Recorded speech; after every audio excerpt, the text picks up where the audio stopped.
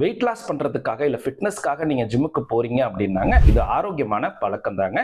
ஆனா சமீப காலமா ஜிம்ல ஏற்படக்கூடிய மரணங்கள் மக்களுக்கு அச்சத்தை ஏற்படுத்துதுங்க.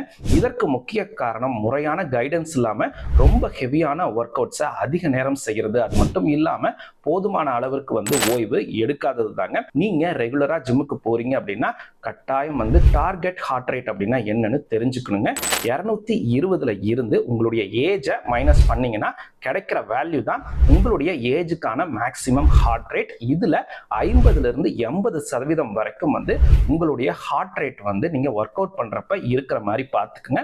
அப்பதான் நீங்க செய்யற ஒர்க் அவுட்ஸ் உங்களுக்கு பயனுள்ளதா இருக்கும். அதே சமயம் உங்களுக்கு பர்ன் அவுட்டும் ஏற்படாமல் இருக்குங்க. எடுத்துக்காட்டா உங்களுடைய ஏஜ் 30 வயசா இருக்கு அப்படின்னா 220ல மைனஸ் பண்ணீங்கன்னா 190. இதுதான் உங்களுடைய மேக்சிமம் ஹார்ட் ரேட். இதுல 50 to 80% அப்படின்னு பார்த்தோம்னாங்க ஒரு 100ல இருந்து 150க்குள்ள ஹார்ட் ரேட் இருக்கிற மாதிரி பார்த்துக்கங்க.